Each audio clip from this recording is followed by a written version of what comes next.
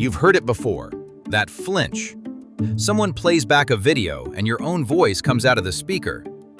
A small, involuntary part of you recoils. That's what I sound like? You are not alone in this. Almost everyone hates the sound of their recorded voice. Trained singers hate it. Professional broadcasters, people who talk for a living, still wince at their own playback. But the real reason is far stranger than a bad microphone. Here is the truth.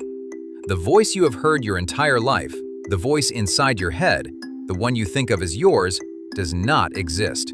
Not out here, not in the air. It lives in exactly one place in the universe, inside your own skull. And you are the only person who will ever hear it. Let that settle for a second. Every word you have ever spoken, you heard through two different channels at the same time. The first is the one everyone else uses. Sound leaves your mouth, travels through the air, curves around into your ears, and gets processed like any other noise in the room. That path is called air conduction. It is the ordinary way sound reaches you. But you have a second path that nobody around you shares. When your vocal cords vibrate, they don't only push air, they shake bone. That vibration travels up through your jaw and your skull and passes directly into your inner ear, into the cochlea, the tiny spiral chamber curled like a snail shell that turns vibration into the signal your brain reads as sound. This shortcut is called bone conduction, and bone conduction does something very specific. It carries low frequencies far better than air does. It adds bass, it adds warmth, it adds a depth that never actually leaves your body. Want to feel it right now? Press your fingers firmly over both ears and hum. You will still hear the hum, low and full and close. That sound is not reaching you through the air because your ears are blocked. It is arriving straight through the bone of your skull. That warmth you just heard is the secret ingredient in the voice you think is yours. So the voice in your head is a remix, a private, bass-boosted, richer version of you that nobody else has ever heard and nobody else ever will. When you finally listen to a recording, all of that low-end warmth is gone. You get only the thin, air-conducted version, the real one the world has always heard. And notice how it makes you feel. The internal voice sounds deeper, steadier, more authoritative to you, because those low frequencies read to the brain as weight and confidence. So when the recording strips them away, it doesn't just sound unfamiliar, it sounds smaller, weaker, less like the person you believe you are. Part of what you're recoiling from is a quiet sense of demotion, as if the recording took something from you. But it took nothing. It only removed an illusion you never knew you were wearing. You think the recording sounds wrong. It doesn't. You do. But here is where it gets stranger. Because if this were only about frequency, only about missing bass, then once someone explained it to you, the discomfort should fade. You would shrug and accept it. Yet it doesn't fade, does it? The flinch stays. So what is really going on? In 1966, two researchers named Philip Holtzman and Clyde Rousey decided to study that exact flinch. They recorded people speaking, then played their voices back to them and watched closely what happened. And what they found went far beyond pitch. People weren't simply surprised that their voice sounded higher or thinner. They became genuinely uncomfortable, sometimes distressed, in a way a small frequency change could never explain. Holtzman and Rousey gave the reaction a name. They called it voice confrontation. Their conclusion was unsettling. They argued that when you hear your recorded voice, you are not only hearing a different tone, you are hearing information about yourself that you normally cannot access at all. The hesitation you didn't know was there. The anxiety leaking through the edge of a sentence. The emotion in your own delivery that you never meant to broadcast. When you speak, your attention is on the words, on the meaning, on the person in front of you. You do not hear yourself the way a stranger does. But the recording hears everything, and it plays every bit of it back. So the discomfort isn't vanity, it's confrontation. You are meeting a version of yourself that everyone else already knows, and realizing, with a jolt, that you were the last to be introduced. Think about what that actually means. Every person who has ever spoken to you has heard something you have not. Your friends, your family, the people who love you most. They have all been listening this whole time to a you that you yourself have never once met. Why would that feel so threatening? To understand, you have to look at how the brain treats a voice in the first place. They have all been listening this whole time to a you that you yourself have never once met. Why would that feel so threatening? To understand, you have to look at how the brain treats a voice in the first place. A neuroscientist named Pascal Belin spent years studying how the human brain listens, and he found something remarkable. There are specific regions in your brain that light up for voices and almost nothing else. Not music, not a slamming door, not a barking dog. Voices. Your brain treats a human voice almost the way it treats a human face, as a marker of identity, a fingerprint of who a person is. Your voice, to your brain, is not just sound. It is you. It is a signature of self. Now you can see why the recording lands so hard.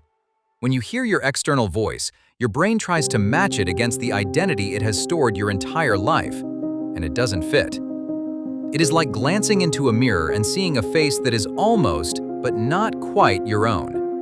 Close enough to be you, wrong enough to unsettle you. Your brain flags the mismatch, and that little flag is exactly what the flinch feels like from the inside. And there is one more force working quietly against you. It is one of the most reliable findings in all of psychology, and it explains why the familiar almost always wins. In 1968, the psychologist Robert Zions described something he called the mere exposure effect. The idea is simple. The more you are exposed to something, the more you tend to like it. Not because it is better, just because it is familiar.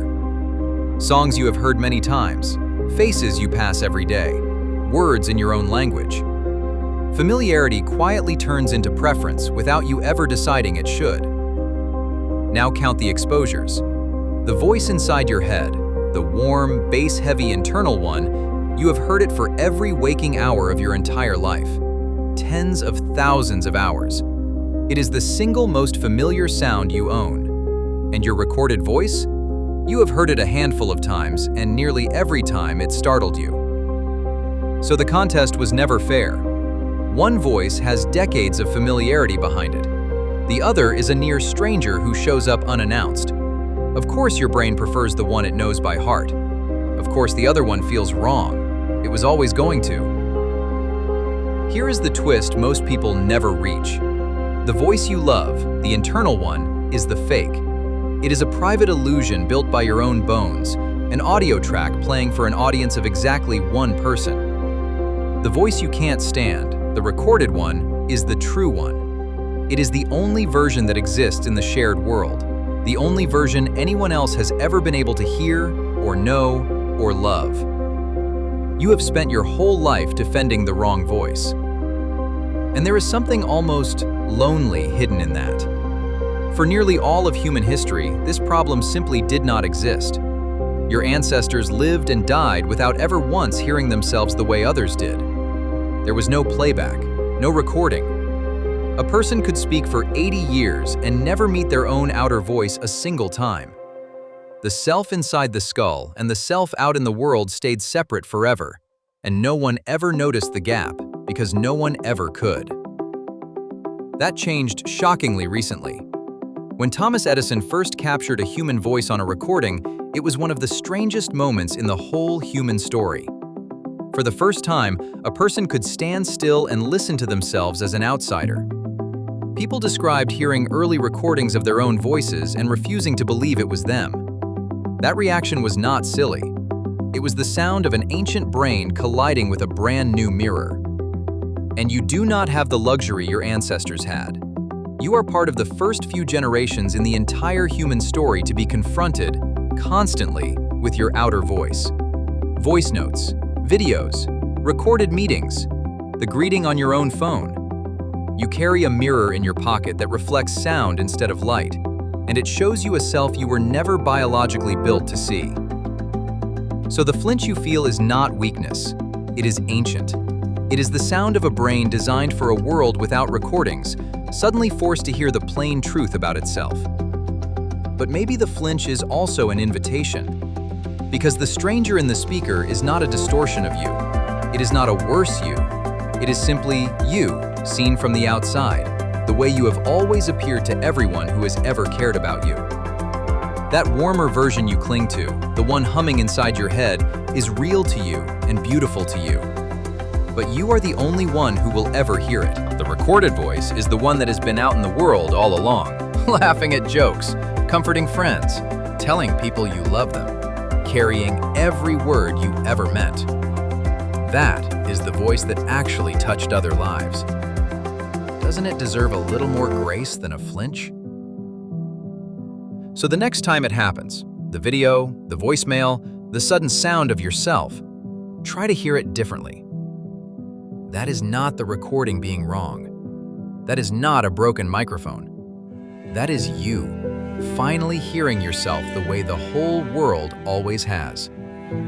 Clearly, honestly, maybe for the very first time. You've heard it before, that flinch.